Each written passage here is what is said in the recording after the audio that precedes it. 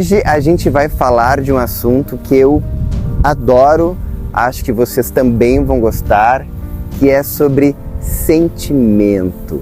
Até porque nós somos sentimentos, Sem né, dúvida. Adri?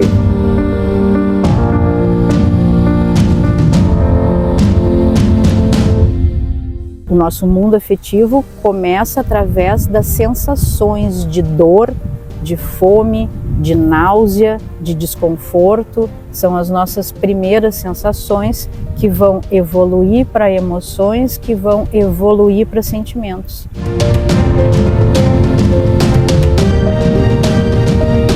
A partir de quando a gente começa a sentir? Tem alguma idade específica? E mais ou menos em torno dos 6, 7 anos, que a gente chama a idade da razão, que é justamente o momento onde a criança já consegue pensar, já consegue ter conceitos. Nos emocionarmos, sentir emoção é desde o berço, mas sentir sentimentos, vou dizer essa redundância, a gente precisa já de ter um certo aparelho cognitivo.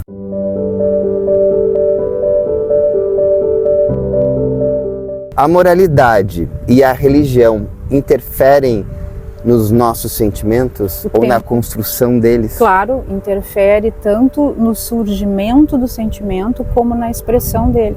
Moralidade e religião, assim como a cultura, são as forminhas nas quais as emoções viram sentimentos, de acordo com o que tu aprende que é certo ou errado na tua família, na tua escola, na religião.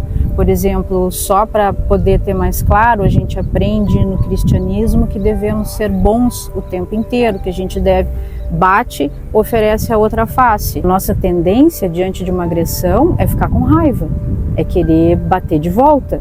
Mas se a gente tem o conceito que devemos oferecer a outra face, a gente não vai admitir essa raiva. Não é que precise bater de volta, mas tu precisa saber que tu tá com raiva para poder escolher melhor. Reconhecer os sentimentos não nos enfraquece, muito pelo contrário, nos fortalece. Divertidamente, o filme fez um excelente trabalho, né, com a apresentação dos sentimentos e a dificuldade que a gente tem de lidar com eles, né? A gente sente, vamos dizer assim, o primeiro momento em que temos uma emoção ou um sentimento, a gente vai utilizar sistemas, a gente não usa mais esse termo, mas só para um pouquinho de didática, sistemas primitivos do cérebro. A amígdala, o hipotálamo, o sistema límbico, que nos acompanham há mais tempo, antes da formação do neocórtex, que nos tornou cabeção. Quando a gente sente, é essa área mais primitiva, vamos dizer assim, que a gente aciona. No momento que tu identifica um sentimento, tu começa a usar o neocórtex, que tem as funções que a gente classifica de superiores, mais complexas, de pensar, de planejar, de poder fazer algo melhor com aquilo que tu está sentindo. Ou seja, reprimir sentimento é primitivo e nos inviabiliza de usarmos as melhores ferramentas que a gente tem, vamos dizer grosso modo. E como a gente percebe que a gente tem esse sentimento? Por exemplo, o sentimento da inveja, que hoje a gente vive isso, as redes sociais, enfim, que a gente percebe que as pessoas são muito mais felizes que a gente. O tempo todo. E, inevitavelmente, a gente até diz, não, eu não tenho inveja, mas sim a gente tem. E como a gente lida com isso? A gente aceita? E como a gente reverte isso? É possível?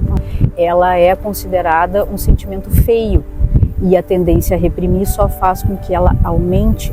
Dói admitir, fere a nossa autoimagem, que é algo muito importante para a gente. Sempre foi, mas nos dias de hoje, que nós temos um cuidado com a imagem, com o que a gente é externamente e internamente, admitir sentimento ruim é muito difícil.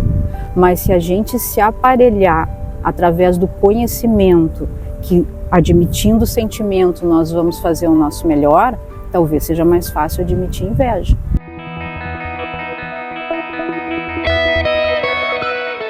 Tem esse primeiro momento que tu tem que aguentar ficar desagradado contigo, em nome de um ideal. E eu estava assistindo uma série Invejosa na Netflix, maravilhosa, e a terapeuta diz, nós somos seres únicos. Então, essa expressão, nós somos seres únicos. Ajuda muito a gente combater isso.